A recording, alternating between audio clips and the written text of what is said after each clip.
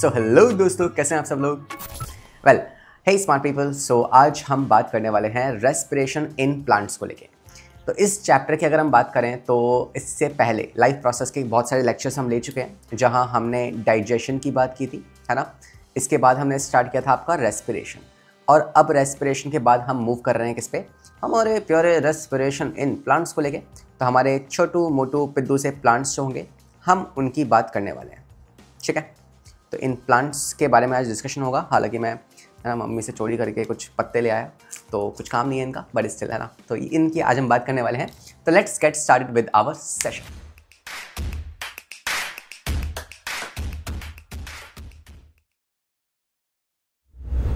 और इस टॉपिक में जो कि है रेस्पिरेशन इन प्लांट, ये बहुत छोटू सा पिद्दू सा टॉपिक है। तो इसमें हम सिर्फ इस प्लांट्स के बारे में नहीं पढ़ेंगे, हम साथ में बात करने वाले हैं एनसीईआरटी के बारे में। तो हम एनसीईआरटी रीड कर रहे होंगे। इसके अलावा हम बात करने वाले हैं आपके कुछ क्वेश्चंस को लेके, ठीक है। सर कौन से क्वेश्चंस होने वाले हैं? तो भाई क्वेश्चंस वो चाहे आपके इंटेक्स क्वेश्चन हो या फिर वो आपके प्रैक्टिस क्वेश्चंस हो, वो दोनों क्वेश्चंस हम यहाँ पे सॉल्व करने वाले हैं। और लास्ट में हम डिस्कस करेंगे हमारी फेवरेट एक्टिविटीज़ के बारे में। तो जो भी एक्टिविटीज़ इस चैप्टर में दी गई है, वो सब एक्टिविटीज़ भी हम पढ़ने वाले हैं। तो ये 3 टारगेट हमारे इस सेशन के रहने वाले हैं। तो फिर आइए स्टार्ट करते हैं हमारे इन रेस्पिरेशन इन प्लांट्स को लेके। ओके, तो आगे बढ़ते हैं। एंड ये अगर आपको याद हो तो हमने जब हम न्यूट्रिशन इन प्लांट्स पढ़ रहे थे ना, तो वहाँ फोटोसिंथेसिस आया था। फोटोसिंथेसिस में हमने डिस्कस किया था कि भाई दिन के टाइम पे अलग होता है, रात के टाइम पे अलग होता है। ड्यूरिंग द डे क्या होता है? फोटोसिंथेसिस। ड्यूरिंग द नाइट क्या होता है? रेस्पिरेशन। दिन के दौरान कौन सी गैस बाहर निकलती है? सर अगर फोटोसिंथेसिस हो रहा है तो O2 बाहर निकलेगी, और रात के दौरान अगर रेस्पिरेशन हो रहा है तो CO2 बाहर निकलेगी। ये होती है नॉर्मल कंडीशन। लेकिन अगर अज्यूम करो कि ये जो पर्टिकुलर प्लांट मैंने शो किया है, ये एक कौन सा प्लांट है? This is a xerophytic plant. Xerophytic plant. अब ये जीरोफिटिक प्लांट्स कौन से होते हैं? तो ये वो प्लांट्स हैं जो कि डेजर्ट में रहते हैं, ठीक है। तो इनके साथ कहानी क्या होगी? थोड़ी सी अलग होगी, है ना। उसको डिस्कस करते हैं एक बार।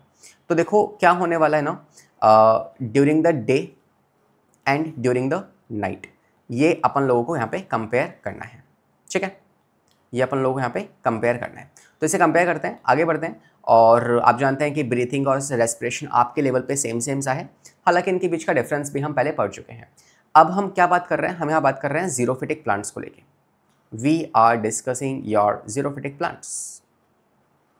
Xerophytic plants. तो जो प्लांट्स डेजर्ट में रहते हैं उनके साथ क्या होता है उसकी बात करते हैं, ठीक है। देखो उनमें क्या होगा ना कि एक मान लो कोई लीफ है। अब देखो वो दिन के टाइम पे अपना स्टोमेटा ओपन तो नहीं रख सकते, है ना। दिन के टाइम पे वो अपना स्टोमेटा ओपन तो नहीं रखेंगे, क्योंकि उस टाइम पे क्या होगा, पानी का लॉस हो जाएगा।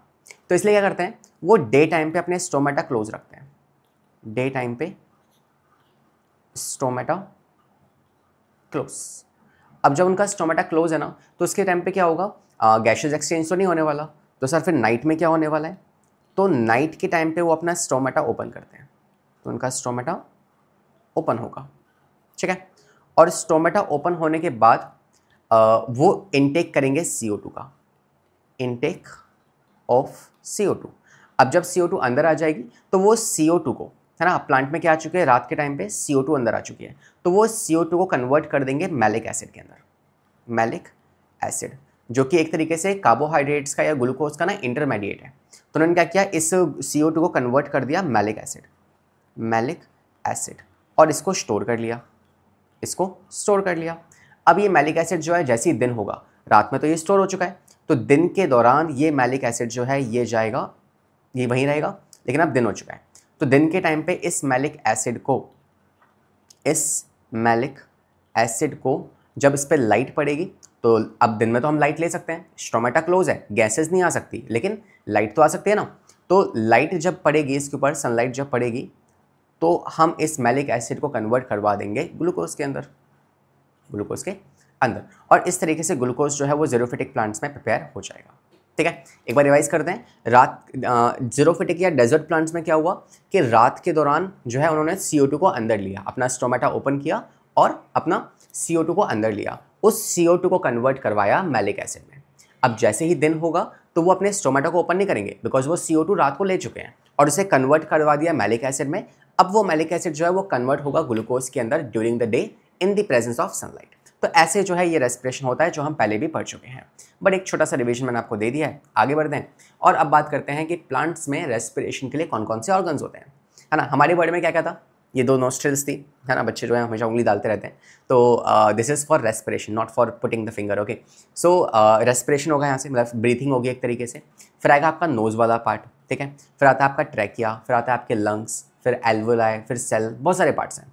ऐसे ही क्या प्लांट में भी ये सारे पार्ट्स होते हैं, और क्या प्लांट में रेस्पिरेशन हमारी तरह ही फास्ट होता है? तो ये कुछ सवाल हैं जिनके जवाब हमें ढूंढने पड़ेंगे, बिकॉज सवाल यहाँ से आता है। तो देखो, पहली बात तो प्लांट्स में रेस्पिरेशन इतना फास्ट या ट्रांसपोर्टेशन इतना फास्ट नहीं होता एज कम्पेयर टू एनिमल्स। कारण क्या है? क्योंकि भाई देखो, हम तो यहाँ से वहाँ मूव कर सकते हैं, हम यहाँ से वहाँ भाग सकते हैं, लेकिन क्या प्लांट्स ऐसा करते हैं? प्लांट्स ऐसा नहीं करते, है ना। तो प्लांट्स एक ही जगह शांति की मूर्त बन के बैठे रहते हैं। तो उनमें पहली बात तो जो मेटाबॉलिज्म है वो फास्ट नहीं है, रिक्वायरमेंट ही नहीं है, क्योंकि उनको मूव ही नहीं करना, उनकी एनर्जी की डिमांड ही ज़्यादा नहीं है। हम लोगों को मूव करना है, भागना है, कूदना है, फ्रेंड को मारना है या पीटना है, तो इसमें हमारी एनर्जी की डिमांड बढ़ जाती है बॉडी की। लेकिन प्लांट्स को एनर्जी की रिक्वायरमेंट है ही नहीं ज़्यादा, तो इसीलिए उनका मेटाबॉलिज्म भी क्या होता है? स्लो होता है। इसलिए उनका ट्रांसपोर्टेशन और रेस्पिरेशन दोनों ही स्लो प्रोसेस है। पहला कारण आया समझ में, ठीक है। क्या कारण है पहला? पहला कारण है भाई, क्वेश्चन क्या था? क्वेश्चन था transportation and respiration is slow in plants, ये क्वेश्चन था, ठीक है। तो इसका आंसर क्या है? पहला आंसर तो हो जाएगा कि भाई जो आपके पास प्लांट्स में है, demand of energy is low. Plants में एनर्जी की डिमांड कम होती है, और इसी वजह से क्या होता है? इसी वजह से आप कह सकते हैं कि उनमें मेटाबॉलिज्म लो होगा, तो इसी वजह से उसमें स्लो मेटाबॉलिज्म। और मेटाबॉलिज्म अगर स्लो है तो भाई रेस्पिरेशन भी क्या होगा? स्लो होगा, रेस्पिरेशन भी स्लो होगा। तो ये तो एक कारण हो गया, ठीक है। दूसरा कारण होता है कि यार जो प्लांट्स है ना, वो टोटली डिपेंड होते हैं, they are dependent, they are dependent on diffusion processes, diffusion mechanism. Plants जो है ना, वो डिफ्यूजन मैकेनिज्म पे रिले करते हैं कि भाई ट्रांसपिरेशन पुल हो गया, या फिर एक रूट प्रेशर काम कर गया, या डिफ्यूजन हो गया, वो इस पे डिपेंड करते हैं। उनमें कोई स्पेशल मैकेनिज्म नहीं है बॉडी में ये सब चीज़ें ट्रांसपोर्ट करने के लिए। इसीलिए प्लांट्स में जो रेस्पिरेशन होगा या ट्रांसपोर्टेशन होगा वो स्लो होता है। आंसर मिल गया, ठीक है। क्वेश्चन पे वापस आते हैं कि भाई कौन कौन से रेस्पिरेटरी ऑर्गन्स पाए जाते हैं। तो भाई प्लांट्स के अंदर पाए जाएंगे आपके लेंटिकल्स, लेंटिकल्स, ठीक है। लेंटिकल्स कुछ पोर्स होते हैं बार्क के अंदर या फिर ट्री के अंदर, तो उनसे वो सांस ले सकते हैं। इसके अलावा उनमें पाया जा सकता है आपका स्टोमेटा, वेरी फेमस, हमने पढ़ा था फोटोसिंथेसिस में इसका structure, and openings and closing of guard cells. इसके अलावा और क्या हो सकता है? इसके अलावा उसमें पाया जा सकता है आपका एक तरीके से आप कह सकते हैं कि रूट पोर्ट्स भी गैसेस एक्सचेंज में हेल्प करते हैं, ठीक है। इसके अलावा आप कह सकते हैं स्टोमेटा हो गया, है ना, लीफ में भी होगा। इसके अलावा क्लोरोफिल कैसे हेल्प करेगी सर? तो आप जानते हैं क्लोरोफिल रेस्पिरेशन और फोटोसिंथेसिस दोनों में हेल्प करती है, ठीक है, गैसेस एक्सचेंज के अंदर स्टोमेटा भी करता है, क्लोरोफिल भी एक तरीके से रोल प्ले करती है, ठीक है। इसके अलावा आप कह सकते हैं बार्क में कुछ पोर्स पाए जाएंगे। तो ये सारे क्या हैं? स्ट्रक्चर्स हैं जो कि रेस्पिरेशन में हेल्प करते हैं प्लांट की, ठीक है। इसकी प्रॉपर लिस्ट मैंने प्रिपेयर की है, तो उसकी लिस्ट को एक बार ध्यान से देखते हैं। तो भाई कौन कौन से पार्ट्स हैं आइए डिस्कस करते हैं। पहला हो गया स्टोमेटा। तो स्टोमेटा जो है ये क्या करता है? कहाँ होता है? एपिडर्मिस में होता है। अपर एपिडर्मिस या लोअर एपिडर्मिस? तो लोअर एपिडर्मिस में ज़्यादा स्टोमेटा पाए जाते हैं as compare to upper epidermis, ठीक है। काम क्या होगा? गैसेस एक्सचेंज होगा सर। लेंटिकल्स दूसरा वाला पार्ट, ठीक है। लेंटिकल्स जो क्या होते हैं? ये क्या होते हैं? बार्क, जो वुडी स्टेम होती है या फिर जो ट्री होती है ना, उनमें जो पोर्स पाए जाएंगे उसे कहते हैं लेंटिकल्स, ठीक है। काम क्या होता है? Facilitate again gases exchange, because respiratory organs हैं। रूट हेयर, तो रूट हेयर्स भी क्या करते हैं? एक तरीके से जो है ना, उनमें पोर्स होते हैं जो कि अगेन गैसेस एक्सचेंज कर सकते हैं जो सॉइल में प्रेजेंट होगा। तो सॉइल में जो प्रेजेंट है एयर, उसका एक्सचेंज कौन करेगा? रूट हेयर्स करने वाले हैं। क्लोरोप्लास्ट, है ना, लीफ एंड ग्रीन स्टेम्स में पाए जाएंगे, आप जानते हैं, and they are involve in photosynthesis and respiration. इसके अलावा प्लांट्स में कुछ इंटरसेलुलर स्पेस भी होता है, जहाँ पे जो ऑक्सीजन ट्रैवल करेगी वो डिफ्यूजन की मदद से सेल्स को प्रोवाइड कर दी जाएगी, तो ऐसे भी होता है। और इसके अलावा प्लाज्मोडेस्माटा, जो कि क्या है? Plasmodesmata is a connection, it is a connection between two cells, दो सेल्स के बीच का कनेक्शन वो भी क्या करता है, एक तरीके से गैसेस को ट्रांसपोर्ट करने में मदद कर रहा होता है। तो होपफुली ये सारे पार्ट्स जो हैं ये आपको समझ में आ गए होंगे एंड ये सारे पार्ट्स आपको याद रखने हैं। ठीक है, आया समझ में? तो 1 2 3 4 5 6, तो इन सबको आपको ध्यान रखना है और ये हमारे हो गए रेस्पिरेटरी ऑर्गन्स कंप्लीट। ठीक है, आगे आते हैं। तो एनसीईआरटी में कुछ लाइंस दी गई हैं, उन लाइंस को पढ़ते हैं, फिर हम आएंगे आपकी किसकी बात पे, हम आ जाएंगे आपके एक तरीके से एक्टिविटीज़ के ऊपर और फिर हमें क्वेश्चंस लगाने हैं। ठीक है, तो एक बार इसको रीड करते हैं। कह रहे हैं कि since the aerobic respiration pathway depends upon the oxygen, aerobic organisms need to ensure that there is a sufficient intake of oxygen. तो इस बात का ध्यान रखना है कि भाई ऑर्गेनिजम्स के पास प्रॉपर अमाउंट में ऑक्सीजन अंदर ली जाए, जो ऑर्गेनिजम्स एरोबिकली रेस्पायर करते हैं, जैसे कि प्लांट्स और एनिमल्स, क्योंकि हम एरोबिकली ऑक्सीजन हमें चाहिए रेस्पिरेशन के लिए, तो ऑक्सीजन अंदर आनी चाहिए ना properly. We have seen that the plants exchange gases through the stromata and the large intercellular space ensure that the cells are in contact with the air। तो कौन कौन से पार्ट्स हैं जो रेस्पिरेशन में हेल्प करेंगे? एक तो हो गया स्ट्रोमेटा और एक हो गया आपका इंटरसेलुलर स्पेस। ये दोनों ही चीज़ें जो हैं मदद करती हैं। ठीक है, and carbon dioxide and oxygen are exchange by diffusion process. तो ये कैसे एक्सचेंज होता है? By the process of diffusion. ठीक है, तो तीनों बातें हमने पढ़ ली। कौन कौन सी? पहला कि भाई प्रोसेस का नाम क्या है? डिफ्यूजन। ठीक है, दूसरा ऑर्गन्स कौन कौन से हैं? तो ये वाले ऑर्गन्स हैं आपके, intercellular space, stomata, lenticels and all. ठीक है, and this is requirement, this is requirement. Hopefully आपको ये समझ में आ गया होगा, है ना? Let's go ahead and next बात करते हैं। तो away from them and out into the air. Okay, next, the direction of diffusion depends upon the environmental conditions and the requirement of plant. अब एक टॉपिक आता है यहाँ पे जो सवाल आपसे एनसीईआरटी कभी बार पूछ लेती है कि भाई ये बताओ, अच्छा चलो ये बताओ कि रेट ऑफ डिफ्यूजन कौन डिसाइड करता है? Rate of diffusion. एनसीईआरटी ने क्या बोला? उसने बोला कि रेट ऑफ डिफ्यूजन कौन डिसाइड करता है। तो हम बोलेंगे क्या? हम बोलेंगे, ठीक है, हम बताते हैं। तो रेट ऑफ डिफ्यूजन डिसाइड करने के लिए 3-4 फैक्टर्स हैं जो आपको स्ट्रेट फॉरवर्ड आंसर लिख के आना है, पॉइंट पूरे मिलेंगे, मार्क्स पूरे मिलेंगे। पहला, सरफेस एरिया। जितना बड़ा सरफेस एरिया होगा उतना ही ज़्यादा रेट ऑफ डिफ्यूजन होने वाला है। दूसरा, मेम्ब्रेन जितनी पतली होगी उतना ही ज़्यादा रेस्पिरेशन होगा। तीसरा, जितने ज़्यादा बेसिकली एक तरीके से मॉइस्ट एनवायरनमेंट होगा ना, उतना ही ज़्यादा एक्सचेंज ऑफ गैसेस भी बढ़ सकता है। तो मेन 2 कारण क्या है? पहला कारण है कि भाई सरफेस एरिया बड़ा होना चाहिए, सरफेस एरिया, मेम्ब्रेन थिन होनी चाहिए। इसके अलावा आप कह सकते हैं कि जितना ज़्यादा ग्रेडियंट होगा, जितना ज़्यादा ग्रेडियंट होगा। ठीक है, मान लो यहाँ पे एक कप है मेरे पास, एक दूसरा कप है, जैसे मान लो ये दिखते हैं। ठीक है, तो एक ये है, एक ये है। इस दोनों में मैंने पानी भरा, तो इसमें पानी मैंने ज़्यादा भरा, इसमें पानी मैंने कम भरा, और यहाँ से यहाँ जब मैं पानी का मतलब एक कनेक्ट करूँगा आपस में, तो पानी कहाँ से कहाँ फ्लो करेगा? यहाँ से यहाँ फ्लो करेगा, ये हम जानते हैं। लेकिन मान लो दोनों में ही अगर बराबर पानी है तो फिर कोई ग्रेडियंट ही नहीं है। अगर ग्रेडियंट ही नहीं है तो फ्लो भी नहीं होने वाला, है ना? तो जितना ज़्यादा ग्रेडियंट होगा ना, उतना ही ज़्यादा जो है वो रेट ऑफ डिफ्यूजन बढ़ जाता है उस टाइम पे। ठीक है, तो भाई हमने अभी तक क्या क्या पढ़ लिया, एक बार रिवाइज करते हैं।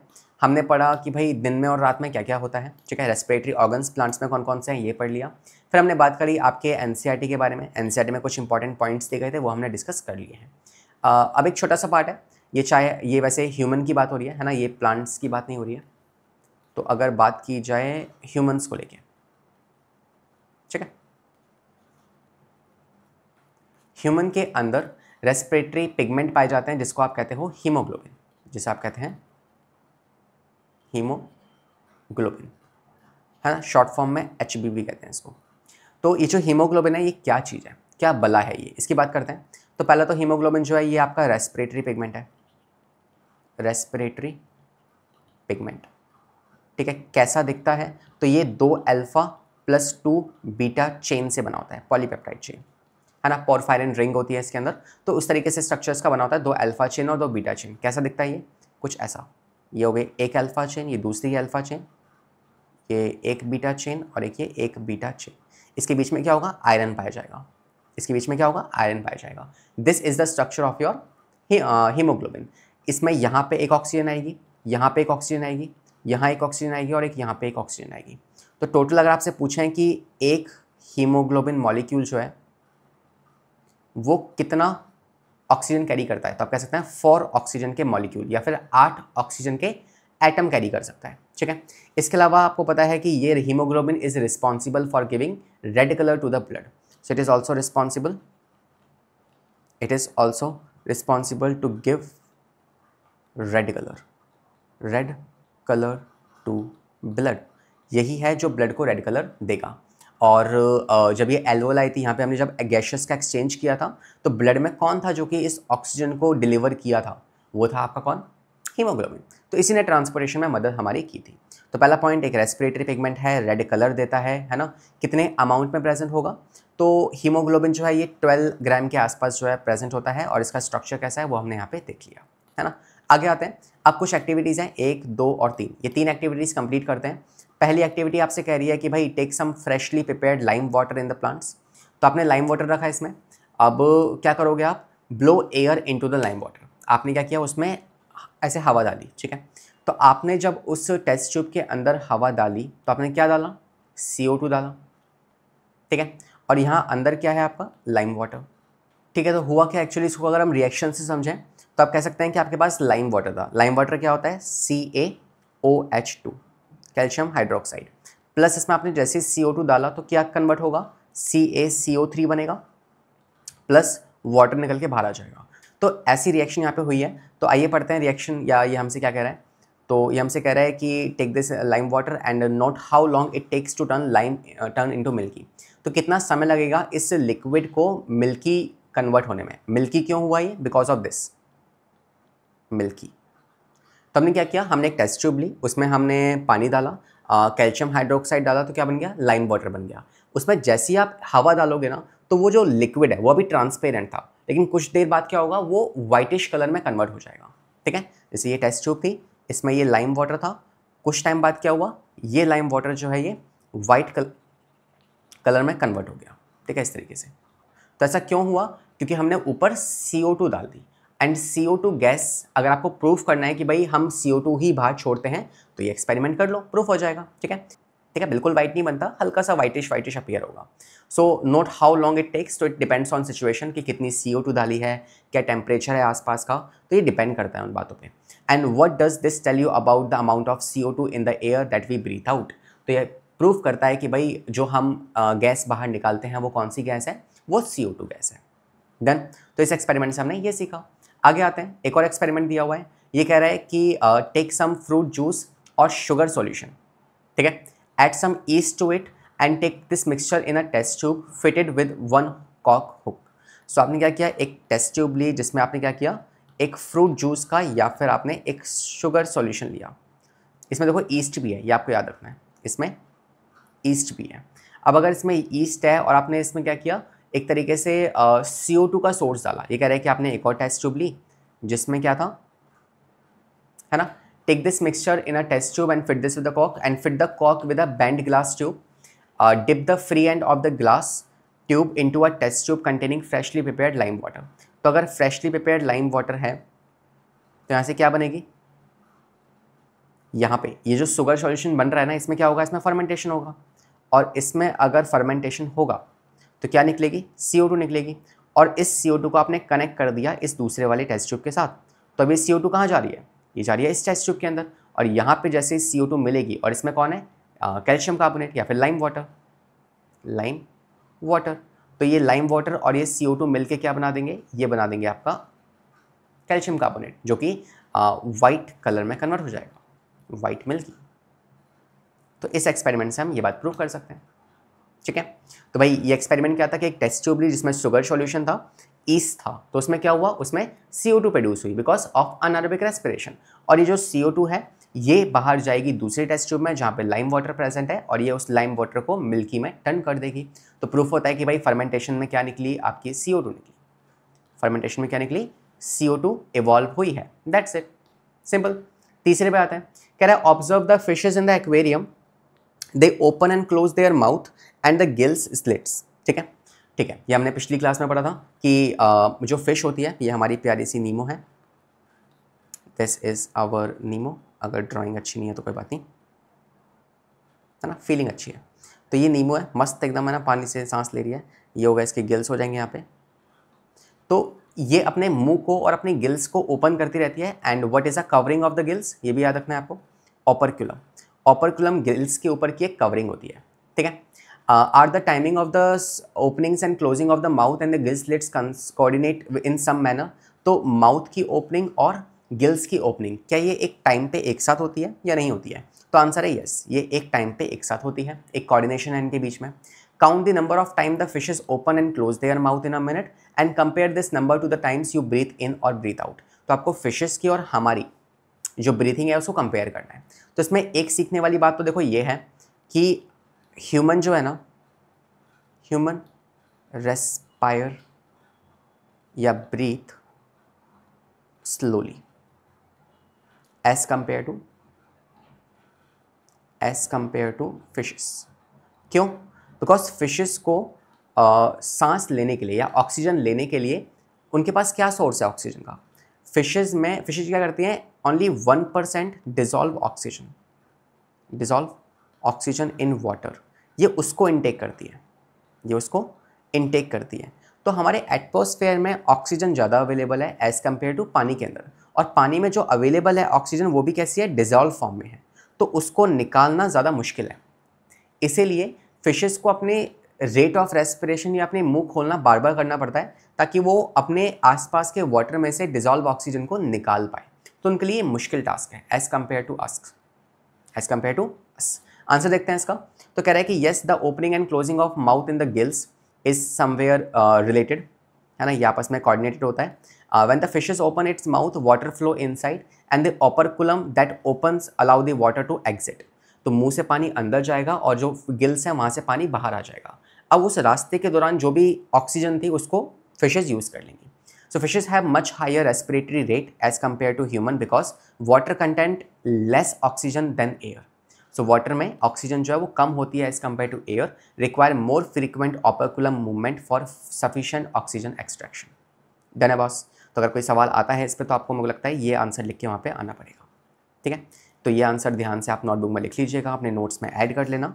This is important. ठीक है, आगे बढ़ते हैं।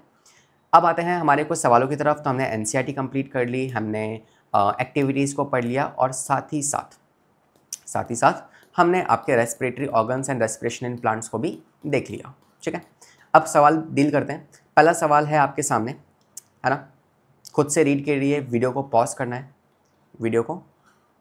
करना है और खुद से एक बार इसको देखना है।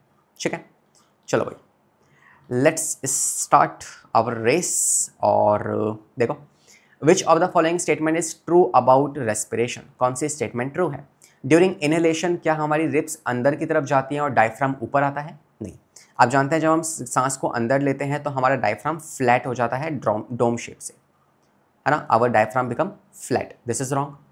इन the alveoli exchange of gases takes place, oxygen from alveoli diffuses into the blood. Alveoli से ऑक्सीजन ब्लड के अंदर जाती है और CO2 जो कि ब्लड में है वो एल्वोलाई के अंदर आती है। ये बात सही है। Wall of alveoli contain extensive network of lymph vessels या फिर blood vessels? This is also wrong. Blood vessels, है ना। Alveoli increases surface area for exchange of gases? Yes. So second and fourth statement is correct, that my answer is B. That is why answer is B. Next question कह रहा है the breakdown of pyruvate is give CO2 water and energy takes place. तो pyruvate का energy, CO2 और इन चीज़ों में टूटना ये कहाँ पे होता है? तो पहली बात तो ये है क्या, एरोबिक या अनएरोबिक? सोचो, इज इट एरोबिक और anaerobic? So it is aerobic respiration. ठीक है सर, ये एरोबिक रेस्पिरेशन है, और एरोबिक रेस्पिरेशन की साइड क्या होती है? माइटोकॉन्ड्रिया, है ना। ग्लूकोज का पायरुवेट में टूटना कहाँ होता है? साइटोप्लाज्म में। लेकिन पायरुवेट का इन चीज़ों में टूटना कहाँ होता है? Mitochondria. So answer is be here. Next question कह रहा है विच of the following is most appropriate representation of aerobic respiration? कौन सी बेस्ट रिप्रेजेंटेशन है? तो अगर देखा जाए तो ये तो आंसर देखो हो नहीं सकता, ये नहीं होगा और ये नहीं होगा, बिकॉज यहाँ पे पायरुवेट के साथ एनर्जी नहीं निकल रही है, जहाँ की हम जानते हैं कि भाई पायरुवेट के साथ एनर्जी निकलती है। तो या तो बी होगा या तो सी होगा।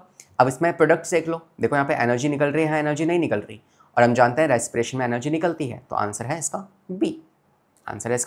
बी। तो कुछ सवाल ना हम एलिमिनेशन से भी सॉल्व कर सकते हैं, बड़ी आसानी से सॉल्व हो जाते हैं। Next, assertion in the case of single cell organisms there is no specific organs for taking in the food. हाँ, कोई स्पेसिफिक ऑर्गन नहीं होता।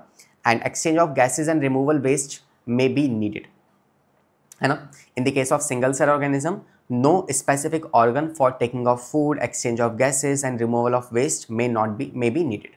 तो इसमें ऐसी कोई ऑर्गन्स की रिक्वायरमेंट नहीं होती, सही बात है। सिंगल सेल ऑर्गेनिजम्स में क्या होता है कि अगर ये अमीबा है तो इसका हर सेल, मतलब सेल तो एक ही है लेकिन इसका हर पार्ट जो है ना वो इसकी सराउंडिंग के एटमॉस्फेयर के साथ कांटेक्ट में है, तो ये अपने गैसेस एक्सचेंज डायरेक्टली कर लेते हैं। Next, the entire surface of the organism is in contact with the surrounding atmosphere, this is also correct. So answer क्या होगा हमारा? ए। आंसर होगा A, assertion and reason, both correct, दोनों ही सही है।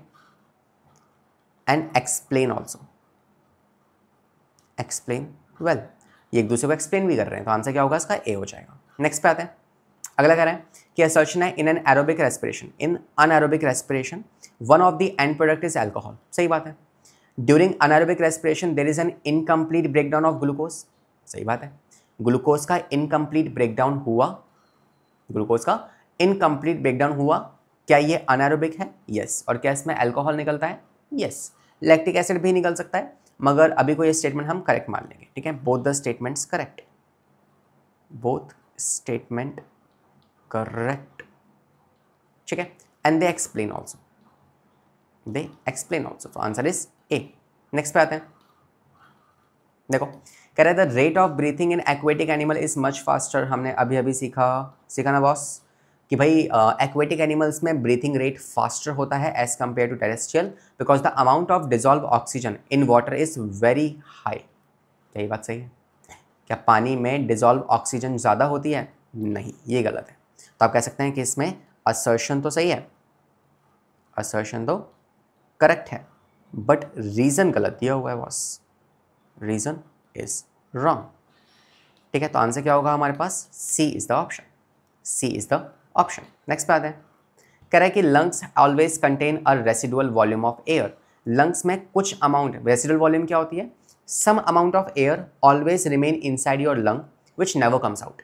आप चाहे फोर्सफुल ब्रीथिंग कर लो तब भी, है ना, सांस बाहर, मतलब कुछ अमाउंट ऑफ एयर हमेशा आपके लंग्स के अंदर रहेगी, उस एयर को आप कहते हैं रेसिडुअल वॉल्यूम, ठीक है। क्या वो लंग्स के बाहर आती है? नहीं आती। Lungs always contain a residual air volume of air, it provides sufficient time for oxygen to be absorbed and for carbon dioxide to be released। ये भी बात सही है, both are correct and they are explaining each other also। तो वो जो थोड़ी सी oxygen हमारी बॉडी के अंदर है वो क्यों है? ताकि जब एक्सचेंज ऑफ गैसेस या बॉडी में कुछ चेंज नहीं हो रहा है तब टाइम मिल पाए एक्सचेंज ऑफ गैसेस करने के लिए, ठीक है।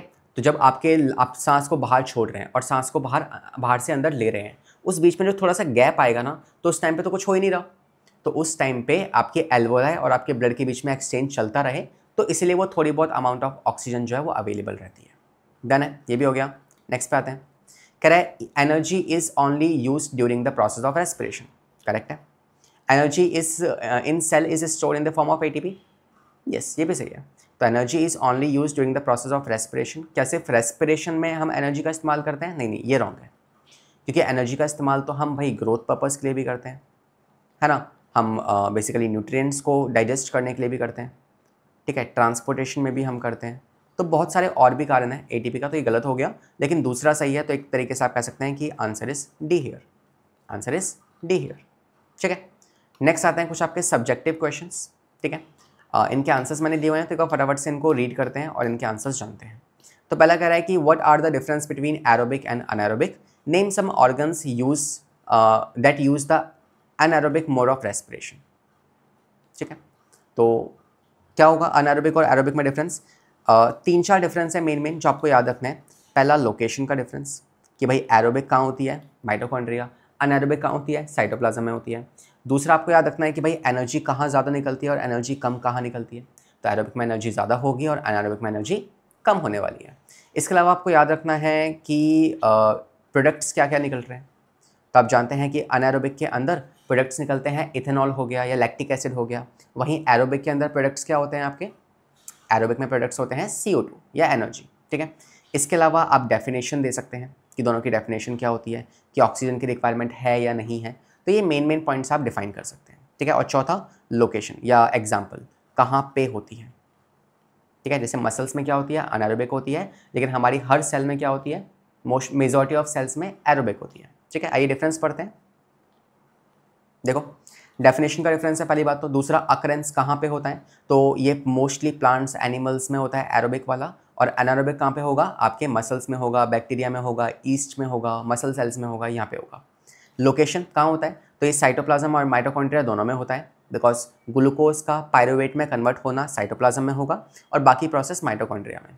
वहीं अनारोबिक कहाँ होगा, सिर्फ साइटोप्लाज्म में होगा। रिएक्टेंट्स क्या क्या होता है, ग्लूकोज एंड ऑक्सीजन, यहाँ पे क्या होता है, ग्लूकोज होता है। प्रोडक्ट्स क्या है आपका, एटीपी बनेगा, यहाँ पे CO2 बनेगी, लेकिन यहाँ पे लैक्टिक एसिड भी बन सकता है, इथेनॉल भी बन सकती है। एनर्जी का अमाउंट क्या है, यहाँ पे 36 से 38 एटीपी बनेंगे, यहाँ सिर्फ 2 एटीपी बनते हैं। ठीक है, तो ये डिफरेंस हमने पढ़ लिया। नेक्स्ट कह रहा है कि how are the alveoli design to maximise the exchange of gases, है ना। तो कैसे एल्वोलाई डिजाइन है अपने गैशियस एक्सचेंज को बढ़ाने के लिए, तो इसका आंसर जो होगा ना वो सिंपल सा है कि भाई एक तो 300 मिलियन एल्वोलाई प्रेजेंट है।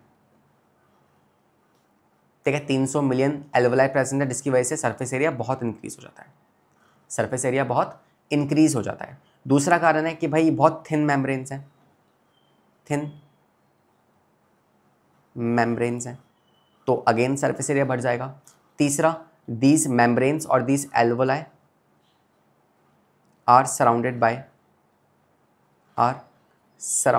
Bye extensive network of blood vessels, है ना। ये ब्लड वेसल से सराउंडेड होती हैं, तो उस वजह से क्या होता है, एक्सचेंज या डिफ्यूजन जो है वो इजीली हो पाता है। That is the main reason कि भाई ऐसे सरफेस एरिया जो है इंक्रीज होता है। पहला, alveoli are thin balloon like structure present in the lungs. पहले आपने एल्वोलाई डिफाइन किया, अगर ये 2 मार्क्स क्वेश्चन है तो। ठीक है, फिर the balloon like structure of alveoli increase surface area. तीसरा, wall of alveoli are rich in blood supply, network of blood vessels and help in exchange of gases. तो ये 3 पॉइंट्स अगर आप लिख के आएंगे और साथ में चौथा पॉइंट आप ऐड कर देंगे कि देयर आर 300 मिलियन एल्वोलाई, तो भाई आपका आंसर जो है वो कंप्लीट हो जाएगा and you will get the full marks. ठीक है, नेक्स्ट बात है, कह रहा है कि what would be the consequences of deficiency of haemoglobin. अगर हीमोग्लोबिन ना हो तो क्या होगा, तो आप जानते हैं कि पहली बात तो एक तरीके से ट्रांसपोर्टेशन ऑफ ऑक्सीजन नहीं होगा, because who is responsible for transportation of oxygen, that is haemoglobin. दूसरा, हीमोग्लोबिन में आपका क्या होता है, आयरन होता है। अगर आयरन नहीं होगा तो आयरन की कमी हो जाएगी और इसे कहते हैं आप एनीमिया। ठीक है, इससे क्या हो सकता है, ब्रीथलेसनेस होगी, है ना, फैटीग होगा, टायर्ड फील करोगे आप, बिकॉज ऑक्सीजन ट्रांसपोर्ट नहीं हो पा रही है तो रेस्पिरेशन नहीं हो पा रहा, रेस्पिरेशन नहीं होगी तो एनर्जी भी नहीं बनेगी, तो ये सब कुछ होने वाला है। तो आप देख सकते हैं यहाँ पे कि if haemoglobin is deficient in the blood, oxygen carrying capacity कम हो जाएगी, ऑक्सीजन डिलीवर नहीं हो पाएगी, deficient of oxygen, breathlessness, anaemia, ये सब कुछ हो जाएगा। ठीक है, आगे आते हैं। How are lungs design in human beings to maximise surface area. Lungs कैसे सरफेस एरिया इंक्रीज करते हैं, तो हमने अभी पढ़ा कि इसमें एल्वोलाई पाई जाती हैं, बैलून लाइक स्ट्रक्चर है, 300 मिलियन तक एल्वोलाई होती हैं, सरफेस एरिया ज़्यादा है, ब्लड वेसल सराउंड होते हैं। सारे पॉइंट्स यहाँ पे आपके लिखे हुए हैं, तो इनको आप एक बार पढ़ सकते हैं। डन, तो ये क्वेश्चंस हमने यहाँ पे कंप्लीट कर लिए हैं। कुछ क्वेश्चंस और भी हैं जिनको हम आपके नेक्स्ट सेशन में कंप्लीट कर लेंगे, मतलब जब हम स्टार्ट करेंगे आपका नेक्स्ट वाला पार्ट, तो 5 क्वेश्चंस और हैं, इन्हें भी कर लेते हैं। फिर जो ये NCERT इंटेक्स क्वेश्चन है ये आप खुद से रीड कर सकते हैं, मैं इनके आंसर्स भी यहाँ पे डाल दूंगा। ओके, चलो आगे बात करते हैं नेक्स्ट की। ये वाला कह रहा है कि एक टेस्ट ट्यूब है A और एक टेस्ट ट्यूब है B वाले में हमने ईस्ट डाली हुई है, A वाले में हमने सिर्फ कुछ भी नहीं डाला। ठीक है, तो कह रहा है कि बताओ what are the products in of respiration expected in A and B। तो B में अगर ईस्ट प्रेजेंट है तो क्या होगा, फर्मेंटेशन होगा, और फर्मेंटेशन का प्रोडक्ट क्या होता है, फर्मेंटेशन का प्रोडक्ट क्या होता है आपका एथेनॉल। क्या CO2 रिलीज होती है, yes sir, plus CO2 plus 2 ATP, तो ये होगा प्रोडक्ट आपके B वाले टेस्ट ट्यूब का। वहीं A टेस्ट ट्यूब में क्या होगा, जहाँ पे सिर्फ आपका शुगर सॉल्यूशन है, तो वहाँ निकलेगी आपकी CO2 plus water plus 38 ATP। ठीक है, तो ये आपके पास होने वाला है किसमें, इस टॉपिक के अंदर। ठीक है, नेक्स्ट पे आते हैं। कह रहा है कि name the molecule in the cell which store energy produce at the end of pathway. तो कौन सा वो मॉलिक्यूल है in this cell that store the energy, तो that is your mitochondria. Mitochondria is a power house of cell, है ना, JEE के बच्चे को भी पता है तो, और 6th क्लास के बच्चे को भी पता है, 7th के बच्चे को भी पता होगा। Next, why do we get cramps during the sudden muscular activity. So cramps का कारण क्या होता है? Due to accumulation of lactic acid, lactic acid के इकट्ठा होने की वजह से ये होता है, तो ये भी हम जानते हैं। नेक्स्ट पे आते हैं, कह रहे हैं कि explain the process of breakdown of glucose in the cell. तो सेल्स में ब्रेकडाउन कैसे होगा ग्लूकोज का? तो presence of oxygen, absence of oxygen. तो हम जानते हैं कि पहले तो होगा ग्लूकोज, ग्लूकोज ब्रेक होगा आपके पायरुविक एसिड में या पायरुवेट में, जो कि 3 कार्बन कंपाउंड है, प्लस में एनर्जी निकलेगी, और ये कहाँ होने वाला है? ये होने वाला है साइटोप्लाज्म में। ये सब आपको लिख के आना है, ठीक है। फिर इसके 2-3 पाथवे हो सकते हैं, इसके 2-3 तरीके हो सकते हैं। पहला क्या होगा? यहाँ पे 1, 2 और ये 3, ठीक है। पहला होगा आपके पास कि यहाँ पे बनेगी आपकी CO2 plus water plus energy, ठीक है, प्लस एनर्जी। कब? जब ऑक्सीजन अवेलेबल होगी, है ना। और कहाँ होगा ये होगा आपके सेल्स के अंदर, ठीक है। दूसरा, और माइटोकॉन्ड्रिया में होगा, सेल्स में कहाँ? माइटोकॉन्ड्रिया। नेक्स्ट अगर बात करें कि अगर ऑक्सीजन प्रेजेंट नहीं है तो यहाँ बनेगा आपका ये होता है ईस्ट के अंदर, ईस्ट या फिर बैक्टीरिया के अंदर। क्या बनेगा यहाँ पे? इथेनॉल बनेगा, प्लस CO2 बाहर निकलेगी, प्लस 2 ATP बाहर निकलेंगे। और अगर ऑक्सीजन जो है वो लैक है या लेस अवेलेबल है तो इन दैट केस ये होगा मसल्स के अंदर, है ना, लैक्टिक एसिड बनेगा। लैक्टिक एसिड, कोई CO2 नहीं निकलेगी लेकिन 2 ATP बन जाएंगे यहाँ पे, एंड ये होगा मसल्स के अंदर। तो ये बात भी हम यहाँ पे जानते हैं। डन है। नेक्स्ट पे आते हैं, कह रहे हैं कि why is there a difference in the rate of breathing between aquatic and terrestrial organisms. तो एक्वेटिक में और टेरेस्ट्रियल में डिफरेंस क्यों है? तो आपको मैं बताया था ना कि फिशेस में क्या होता है और ह्यूमंस में क्या होता है, तो ये आंसर वहाँ पे लिख के आना है आपको। पढ़ते हैं इस आंसर को। कह रहे हैं कि terrestrial organisms inspire atmospheric air, तो हम कौन सी एयर लेते हैं? बाहर, एटमॉस्फेयर वाली। While aquatic organisms use the diffuse oxygen present in the water. पहला पॉइंट काफ़ी इंपॉर्टेंट है, हम कहाँ से लेते हैं और एनिमल्स, एक्वेटिक एनिमल्स कहाँ से लेते हैं, ये आपको डिफाइन करना है। दूसरा, air content is around 21% in our case, but aquatic में कितना है? सिर्फ 1% है। That is why oxygen diffuses through the water at much slower rate as compare to air. और तीसरा, aquatic organisms have to put more efforts to obtain the same amount of oxygen, therefore breathing in aquatic organism is much faster। मुश्किल नहीं है, लंबा नहीं है, point समझ लो, अपनी लैंग्वेज में फ्रेम कर सकते हो, ठीक है। चलो भाई, ये भी हो गया। तो इंडेक्स क्वेश्चन है, ये हम कर लेंगे आपके नेक्स्ट वाली क्लास में। हालांकि बहुत सारे क्वेश्चन हम डिस्कस कर ही चुके हैं पिछले वाले क्वेश्चंस के अंदर, ठीक है। So that's for the class, hopefully you enjoy this one, and that's the session we have. तो यहाँ हमने रेस्पिरेशन को भी कंप्लीट कर लिया है। अगली क्लास में हम स्टार्ट करेंगे आपके ट्रांसपोर्टेशन के टॉपिक को, और transportation in plants, transportation in animals and excretion, और फिर हमारा ये चैप्टर कंप्लीट हो जाएगा। फाइन, तो that's for the class, see you in the next session. पढ़ाई करते रहें, सेफ रहें, all the very best and see you soon, bye bye.